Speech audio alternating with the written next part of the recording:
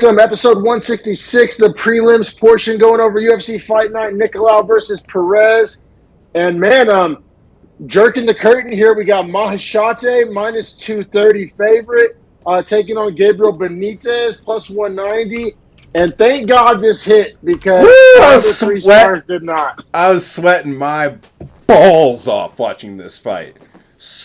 I mean, these rounds were sweaty rounds, man. And it is a split decision. Yeah. So obviously we do have to go round by round here. How do you see round one? And bro, I have the word close for every single round. I legitimately don't think there is it's impossible to have an incorrect scorecard on this. I agree so much.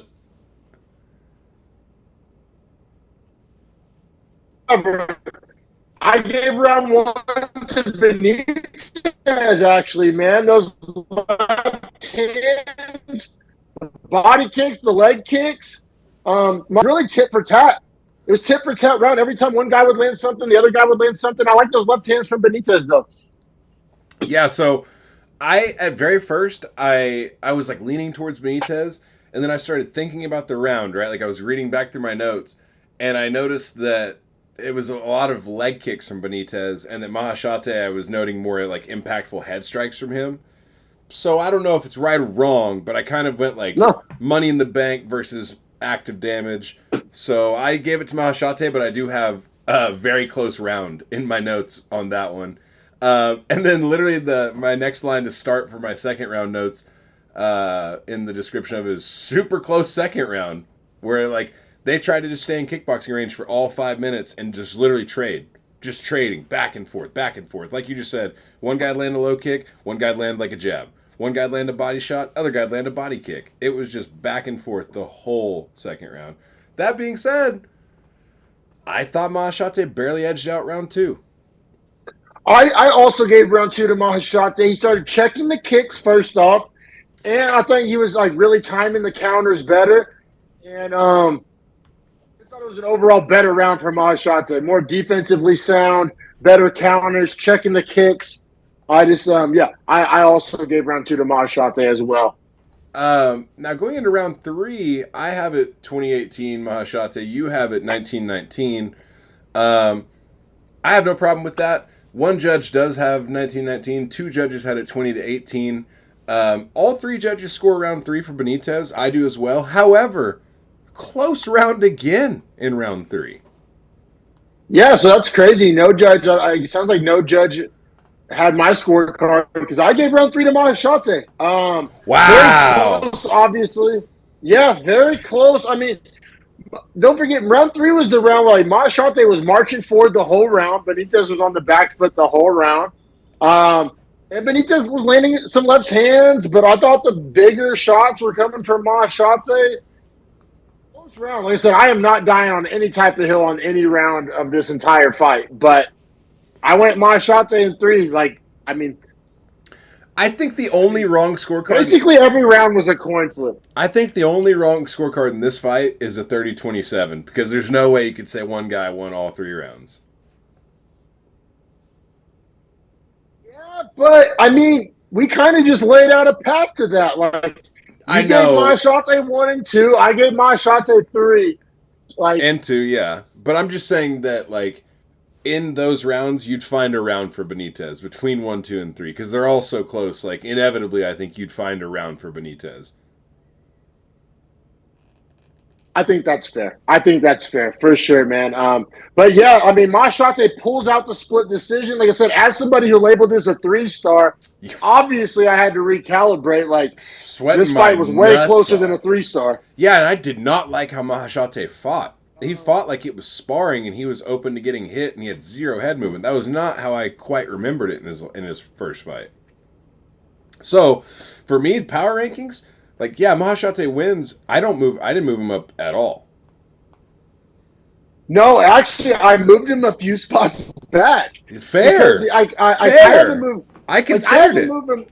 I moved him behind Michael Johnson because, like, bro, those shots that he was eating. Like, if that's Michael Johnson... He ain't eating the Michael Johnson shots. Yeah, interestingly enough, if he were to fight Michael Johnson round 1 KO would be a nice, juicy bet. seriously, like those because he eats shots, He bro, and like eats you ain't eating shots shots. from Michael Johnson.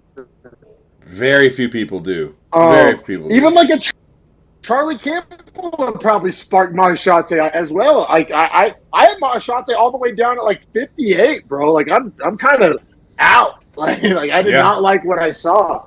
And then as far as Gabriel Benitez, moved him out of my can tier, but like barely. Like Yeah. I have him like I This have him literally on the other side of can tier. Like I can't auto fade him, but like not a great fighter. Yeah, this fight to me in like the zoomed out perspective, right, is that like you said, Benitez maybe 1 foot outside the can tier line. You know what I'm saying? Maybe he's just inside the arc for a 2-pointer instead of a 3. However, Mahashate is at the free throw line. He ain't far either. You know what I'm saying? Like he's pretty far away from the hoop still too. Yeah, like Mahashate's young, Mahashate's big. That's about where the nice things have. Like, you know what I'm saying? Like, that's about where the list ends of like boxes checked. Right. Like I'm desperately wondering like this I don't know how much of a ceiling I see from Mahashate. I see like a floor where he currently is. I don't know that I see him ever getting top 25. Yeah. Much less So it's a actually very in the top 35. it's a very perplexing signing from Dana in my opinion. Like I don't see the quite the like usually with a guy that young, you expect like a mediocre floor but a super high ceiling. With him I see like mediocre floor, low ceiling. Yeah, exactly. Like I think Kutateladze whoops the shit out of him. Mike Davis whoops the shit out of him. Hell, a Jim Miller. Patty Pimblett beats the shit Nazim out of him. Sadikov. Yeah. Like all and these are guys that were not like uber high on. Like these are just like kind of middle of the pack, what we view as middle of the pack lightweights. He can't compete with those guys. Yeah, no. He's getting tuned up. But yeah, let's keep it pushing. Like we said, that was the But yeah, curtain let's keep jerker. it pushing here.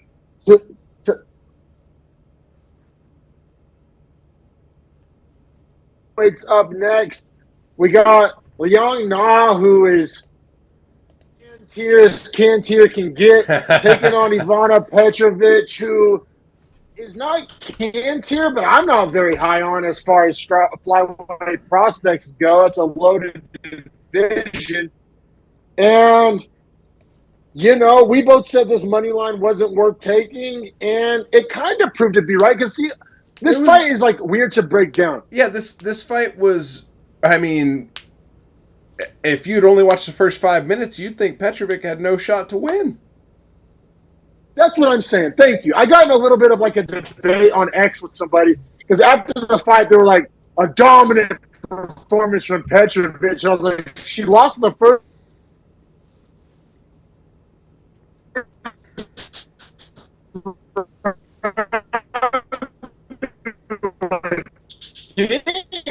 How like now round 2 I scored 10-8 and round 3 she gets the finish. Will take like losing round 1 to Liang Na.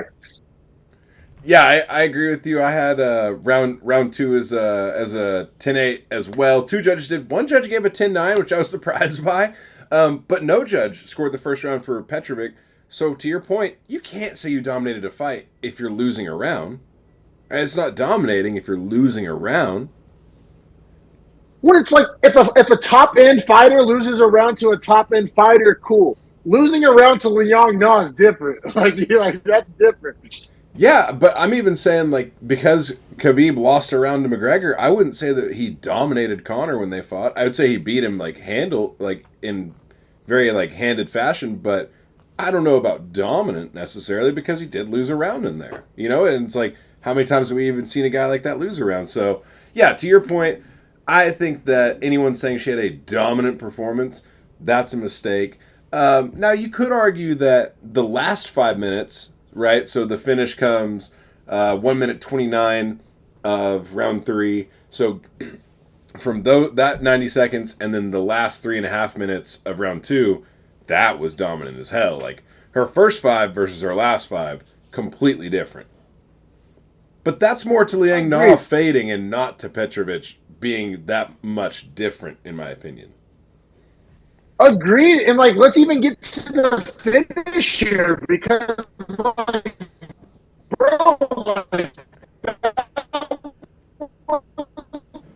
even a real submission. It was like an arm. Like I don't think like it gets marked. It gets marked as an arm triangle, but like he was like halfway on the back. Like it wasn't even like a real arm triangle. It's real. We saw who was it? We recently saw a guy that caught it like that, but was like high level jiu-jitsu guy and just caught it so tight that he like squeezed his way around to the back. But you can be on the back and get it like that, but you kind of got to be looking for the way out on the bottom, if that makes sense. That's my point. Like especially after we just watched Arman Saruki. Like Arman Saruki and they tap into that. Like, yeah, like that's one where Chael would argue like, oh, like you're just deciding that like you don't want to continue fighting. Yeah, and that's kind of what I mean by like not a real submission. Like I don't think that was like forced submission. That was a chosen submission. Yes, that makes sense. Yes. Fully agree with you there. Now that being said, Liang Na still sits, solidly in can tier, probably cut from the UFC. Petrovic, I do know what tier she's in. Can you guess? Like right outside can? Like that's where I have her. Like literally fans. The first tier. That's her tier. The Eileen Perez tier? Yes. Eileen Perez, the two Paige Van Zandt, the two other girls, like she's okay at fighting, but like we know why they signed her. Let's be real. Well, and like just from a rankings perspective, bro, like I have her at 27 out of 39. Like, you know what I'm saying? Like that's what I mean. Like you can't be getting signed and be already in the bottom 10. Like that doesn't make sense. Who's signing bottom 10 talent to any division of any sport? Unfortunately, the UFC be doing that shit. I don't like it. I don't like intentionally like. It's like how it reminds me. It reminds me how like every year D1 school schedule like Appalachian State. Like we need one person on the schedule to get a win, like to set up a prospect. Like I think they do that shit on purpose. I don't think they ever watched Petrovic and was like, "Oh, we got a future contender." They're like, "No, this will be marketable. This will fill out an Apex prelim. This will, set up a prospect that we actually do like." You're saying, I don't know. You're saying she's like an Ohio or Marshall, like Thundering Herd. She's gonna do all right, but she's also gonna get her ass stomped by the A1s. Agreed, man. And honestly, we can keep it pushing because this next fight, I actually kind of want to talk about. Me too. Like, I'm so surprised. Like this was very me too. We gotta get into this one, bro. We got debut on debut violence. We got Chris Padilla coming in at plus 350, taking on James Yontop, only 24 years old, at minus 455. I might have froze up a little bit, and I'm back. But yeah, so big favorite for Yontop. I had said some not so nice things about Padilla in the betting show. I take him all back.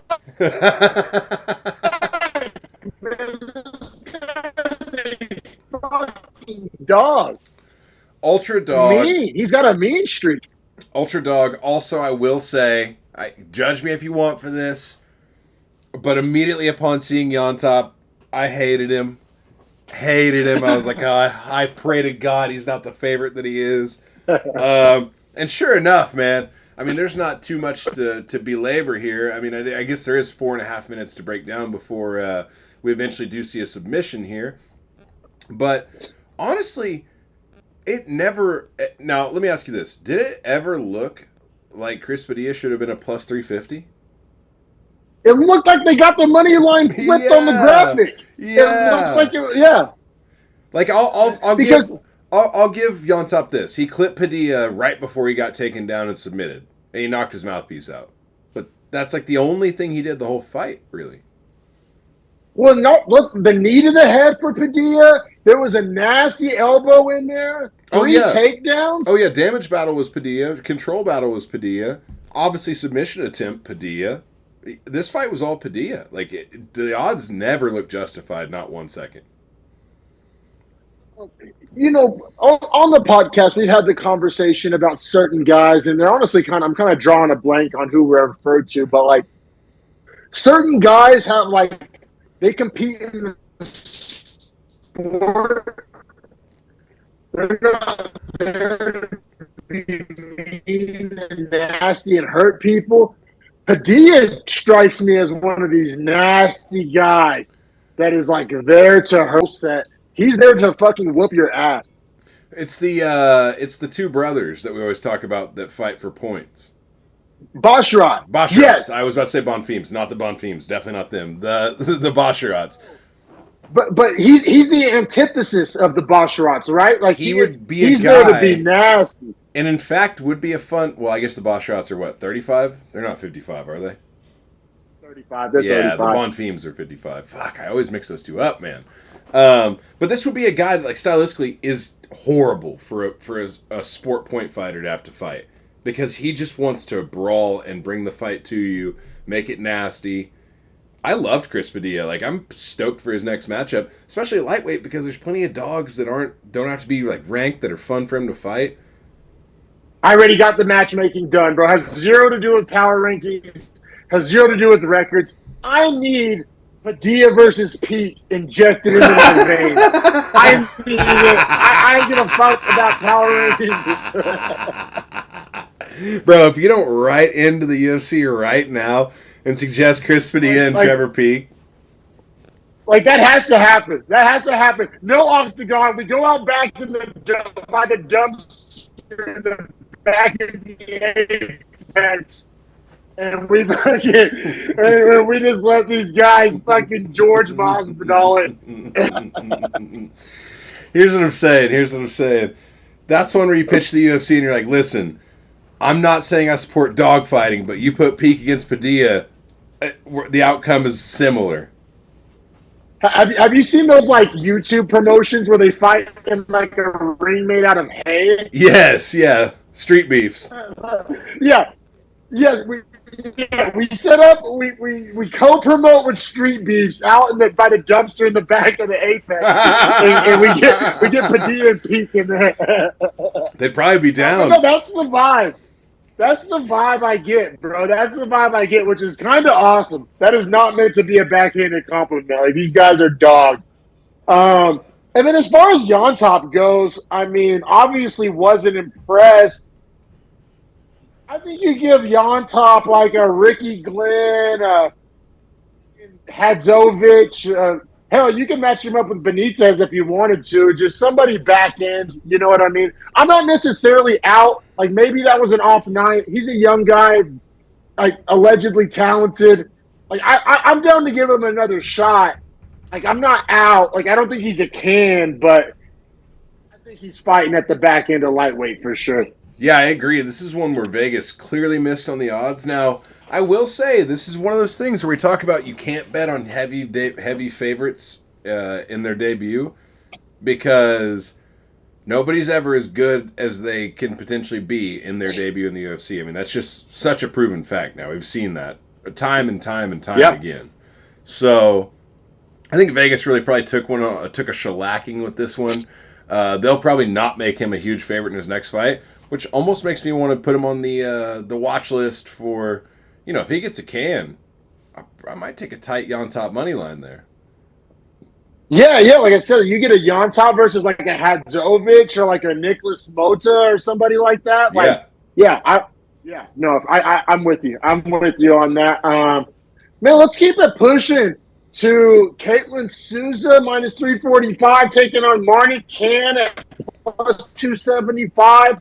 Strawweight division. Marnik Can, that is correct. Marnik's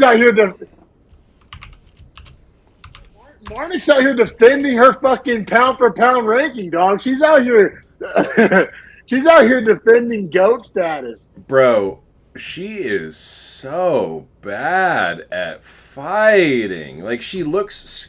This fight was embarrassing. Like, she has to get cut. She has to get cut. This fight was embarrassing. Like, Dominic Cruz was making fun of her body type, which was hilarious. He repeatedly was talking about how she was, like, just kind of built like a brick shit house and should just charge forward and maybe try to tuck her chin and bite down and go for it because there was nothing else she could do. And I was just like, oh my God, this is an assault on this woman's character.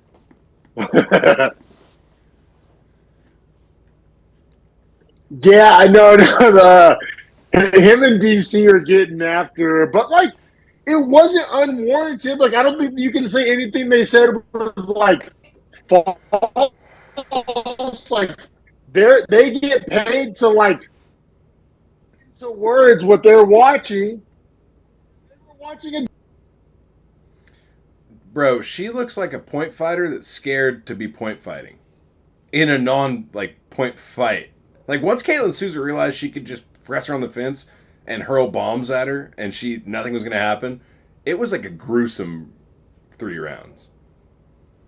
Yeah, I mean, credit to Marnick. I guess if you want to call it chin, if you want to call it heart, like, hey, she didn't fucking take the Leon. She didn't take the Leon nah path out triangle. You know what I mean? Maybe she should have. just, just fucking like dives head first, like into like a fake arm triangle, or just like. Just shoots a like, double leg arms shoots back. Shoots a single leg with her neck out. Yeah. Just neck. Like, take it. Take it. Oh, my God. This poor girl, man. Like, she's just not UFC caliber. It's, like, kind of fucking terrible that they would sign her and put her out in this promotion. Like, I honestly do feel kind of bad for her because she just really doesn't have the skills, like, in any facet. Like, I didn't see her look good in grappling. I didn't see her look good in striking. She doesn't seem... I mean, her cardio's okay, her chin's okay. But, like, those are more human traits than fighting technique traits. Yeah. I mean, it was like watching, like, a 19-year-old, like, single-A pitcher get called up to, like, start a game against the Yankees and just get shelled. And you're like, oh, can't be good for the confidence. Lit up like a Christmas tree. Yeah. And like, honestly, now, like, we're for sure. Like, no, that being said, like, is it like an indictment on Souza that she couldn't get her out of there?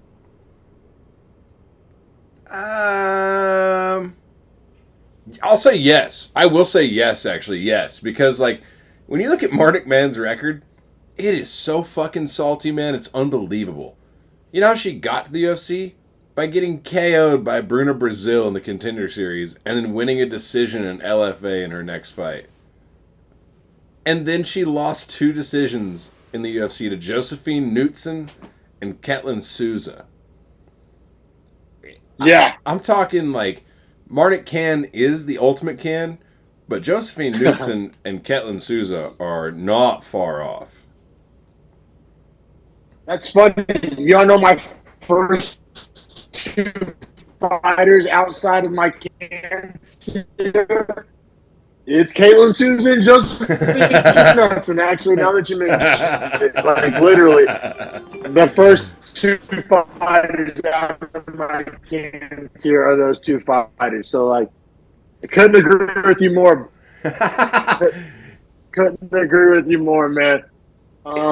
It's just really... I mean, we can keep it pushing. I mean, that... Yeah, I was going to say it's really tough. I don't have a lot positive to say about Marnik Man because she is also 31. So it's not like, you know, at 115 at women's, like, she would have 4 to 5 more good years if they were to even be considered good. But you understand. You get it. They're not. Yeah, bro. She needs to go back to school. She needs to, you know, she needs to figure out a different way to bring in some income. This is not the career for her. And Caitlin Souza, like, we'll see.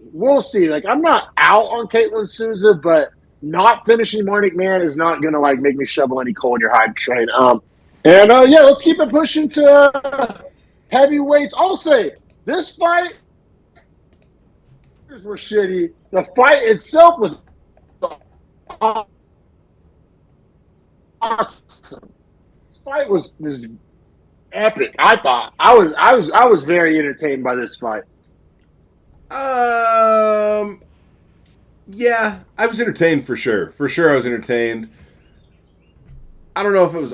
It was a good fight. It was a good fight. I wasn't quite as sold on this whole card, though. I guess. Well, I'll say this. I guess it was just like expectation. Like I had a very low bar set. It exceeded my very low bar of expectations. We got Dontel Mays minus 110, Kyle Machado minus 110, and rounds 1 and 2 to Mays, round 3 to Machado. Is that how you saw it? I think that's how everyone scored this one. I do believe that is what I had. Yeah, I had 29-28 for Mays, round 3 to Machado. Exactly right. But I mean, hey, they got after it. It was not a boring fight. Like they were swinging, they were banging. I mean, yeah, I mean, they both had chins. They both had. Yeah. Mays getting the big knockdown at the end of round 1 definitely secured the 10-9 for him there. So I thought that was like a nice little stamp on it. Second round, I thought much closer than the first. That being said, Mays was still landing the bigger strikes in round 2, so that was why I gave him round 2. Now, by round 3, Machado had seemingly learned from the mistakes he made in the first 10 minutes, corrected those, and fought a much better round 3. And Mays looked like he was starting to get tired. Agreed with all that. That being said, I mean, as far as the future at heavyweight goes for either of these guys, I have all these guys grouped together. I have Mays, Denise, then Machado, like all in like the 24 to 26 range. Like, I'm not super high on any of them, to be honest. I might even be lower on Machado.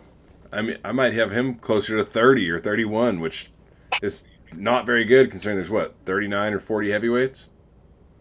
So these are the two people I have below Machado, and tell me if you would drop Machado under these guys.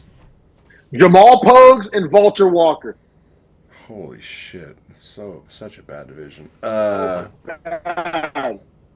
bad. Yeah, exactly. Like, I don't think he's worse than those guys. Yeah, no, him and Pogues is a good fight, and him and, I guess, maybe Walter Walker, maybe, but I don't know. Like, yeah, you're right. Division is hot dog shit. I guess we could do Mays Denise next. Like, that might not be that bad. I'm here for Mays Denise. I also think that size and that style of fight is more fun for Denise. Mays isn't going to try to really grapple him over the top. He's not really that guy. He's going to try to like strike with him at length, and Denise will be a lot more fun with a guy like that. So I'm here for that.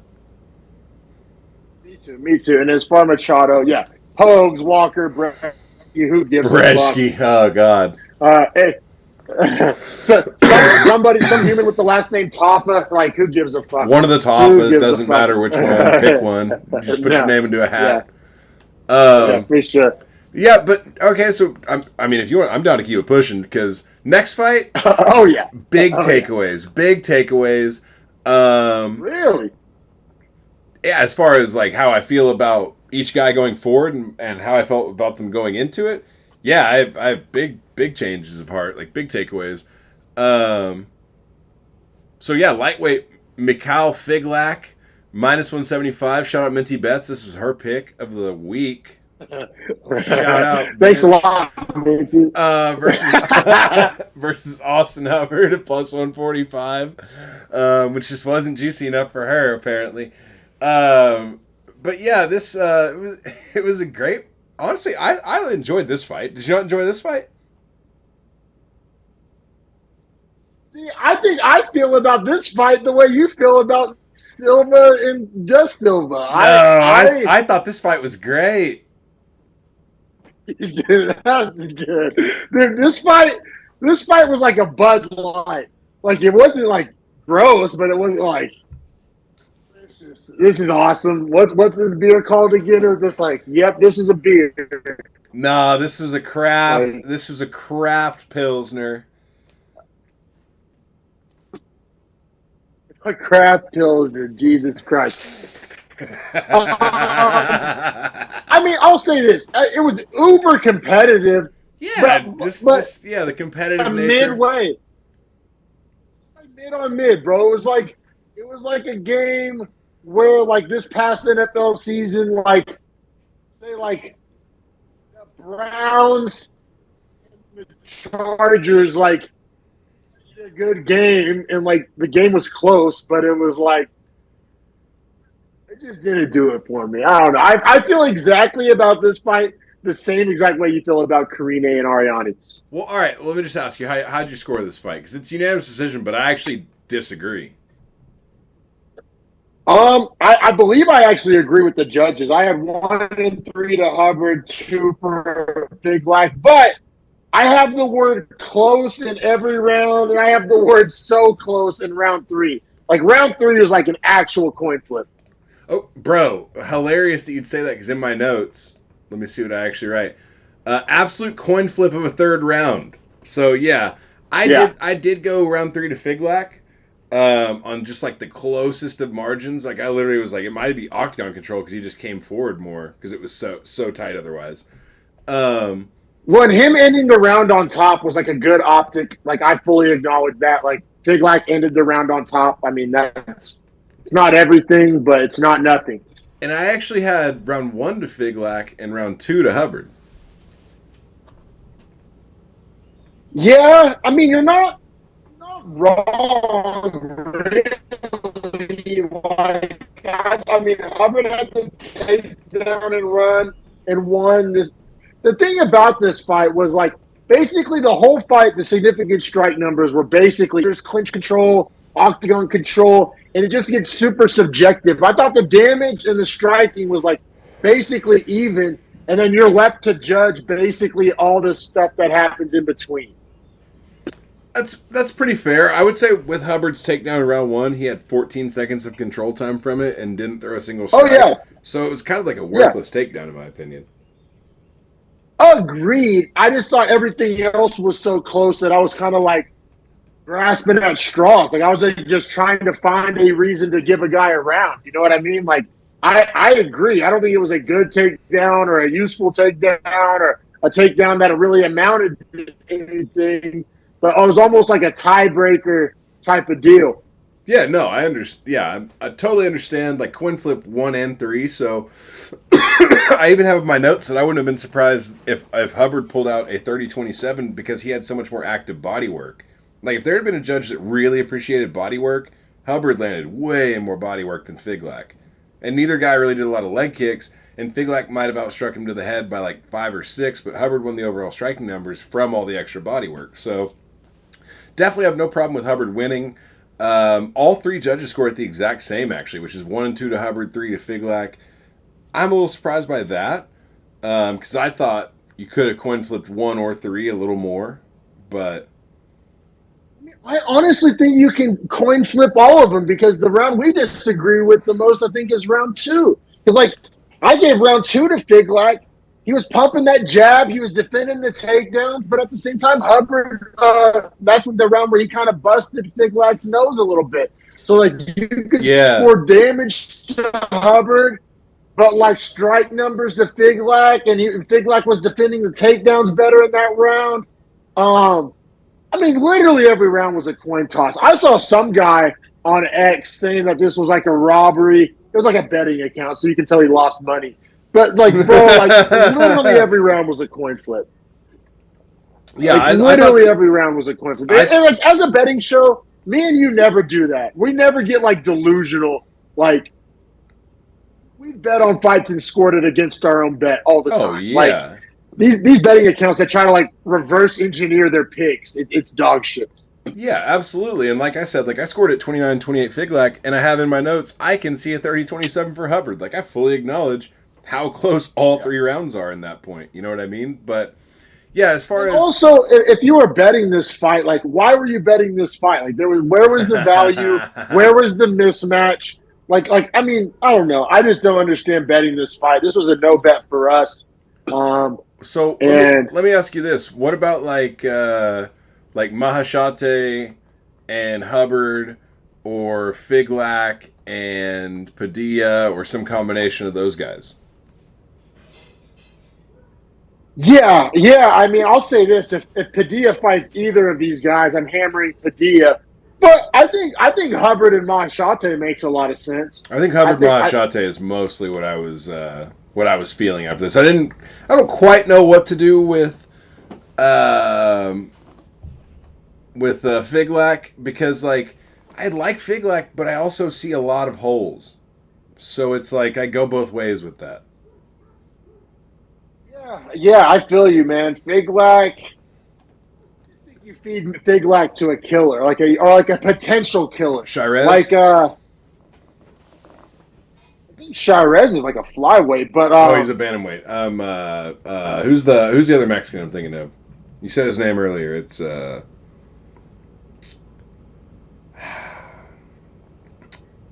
I'll throw out a couple of names, man. I mean, I say killer. I guess I'm using that term loosely, like a Markel Maderos. Um, even do maybe like I don't know, like a Rong Zhu or like a ooh, that's a name I haven't heard in back a end, while. back end of lightweight is dog shit, man. The back end of lightweight is so lame. You get Prado and get right fight. Get Prado back. I don't hate that fight at all. I Like don't I think hate you that could fight at use all.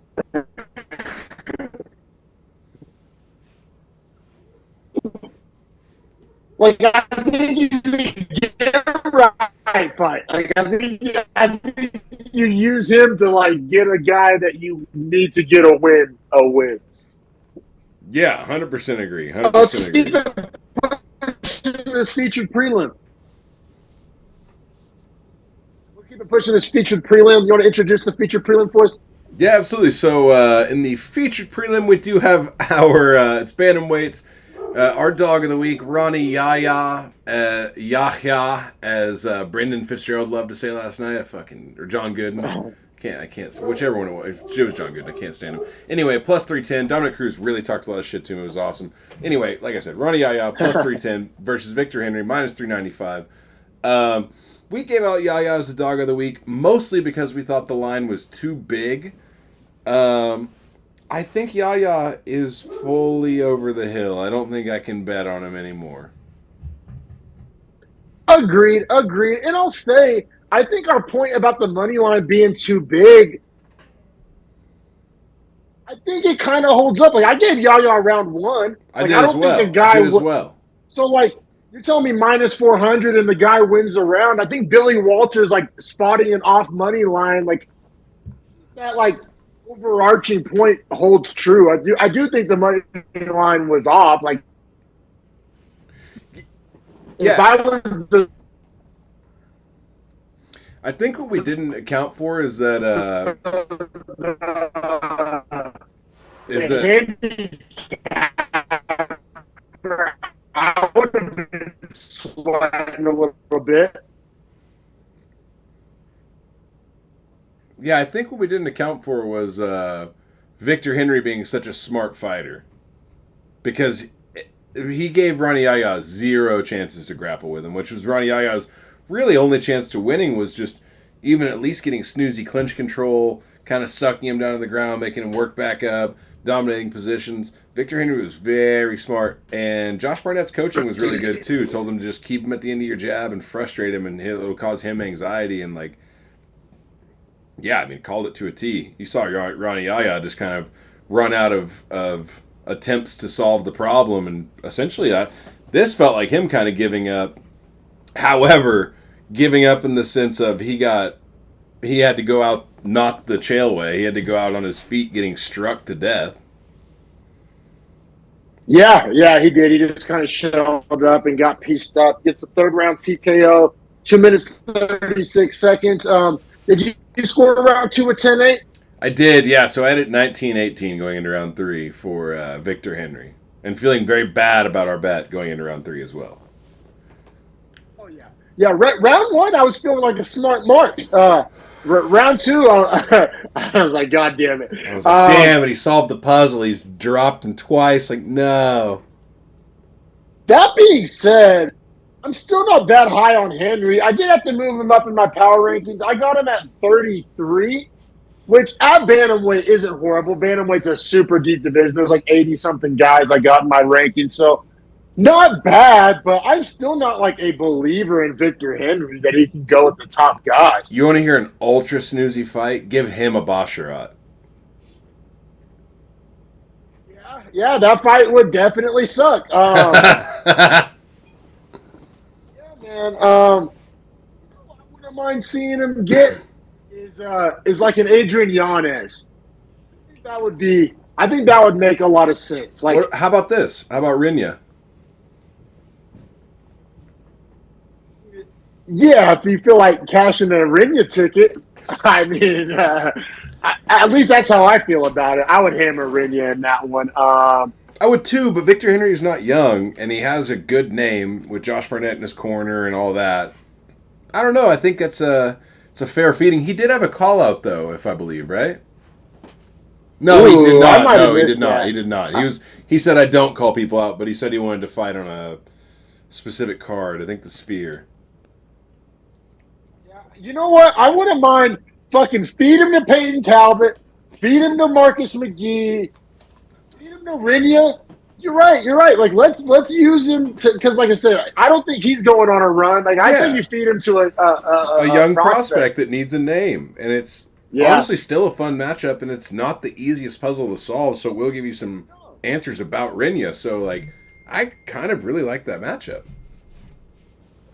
Dude, I feel like Peyton Talbot and him would be like a chess match. Like I feel like him and Peyton Talbot would be like some high level shit. Yes, fully agree. I think Peyton Talbot probably gets the TKO, though, late in the second, early in the third.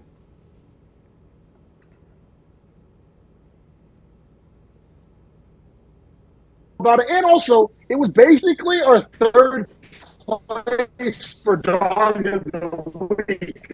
We get out a Dog of the Week. It's kind of our format.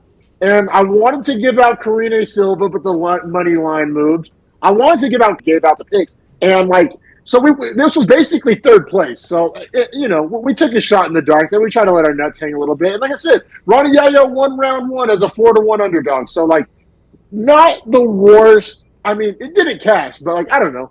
I think our logic kind of on display in that first round. Yes, 100%. Like you saw the murkiness, the weird style of Rani Yahya, the inability for Victor Henry to get close to him because he knew that grappling would not work. He couldn't let him get his hands on him, so it neutralized a lot of the offense Henry was trying to work with at first. A lot of what we thought Yahya would be able to do, we also kind of were saying that was a dog bet based on plus 350, plus 310, whatever you want to call it, when we originally saw it. It's more that the value wasn't quite there. Now, it was by round 3. Yeah, but if you had taken Victor Henry money line, I guarantee you were nervous 7 minutes into the fight. Agreed. And yeah, man, listen, not a great week at the book. I had one parlay that went 2 for 3 that spam fucked off, but it was only a 3-legger at plus 214. It wouldn't even have got me in the green. And then, like I said, I mean, a lot of woulda, coulda, shoulda. Span, I mean, in round 1, almost got the sub. Pierce went to decision and won a round. I mean, Yahya won a round in a fight. He was a 4-1 dog. I mean, the only one that was the main event. Nicolau is the only one that was a full swing and miss. Exactly. Nicolau's the only one that I'm really egg on my face. But I honestly feel like most people got that one wrong. To be honest. Yeah, I agree with you. I think a lot of sharps ran on Nicolau in that fight, and he really did not perform like himself. He did not look good, and Perez looked very good. 2 Perez's. And like I said, next Saturday we get our money back. We get our lick back. We're going to do another betting show for you. We're a quarterback through a pick. You can't give up. You can't bench me. You can't change the playbook. You got to keep hammering away. And like I said, I haven't lost faith in my system. You know, you got to dance with the date that brought you. You know what I mean? And like Oh yeah. I got some picks I'm liking for UFC 301. We're gonna get right. This Oh is yeah. gonna be our Fig Lat get right fight. This is gonna be our get right fight. Get that lick back. Yes, sir. I cannot wait. We will be bringing you that betting show a little later this week. But in the meantime, feel free to interact with us on X, Instagram, YouTube, even. Comment on the video. Don't forget to subscribe and like. And yeah, make sure you subscribe just so you can get the updates when we do post those betting videos, because we might have lost this week, but we are up on Vegas this year, and we will be coming back with a vengeance for you, Las Vegas. We will be back. We'll be back, yeah, for sure. One bad week. We're still super far up, you know, overall on the year. So no sweat off our back. We'll be back to hammer him on 301. Let's get it.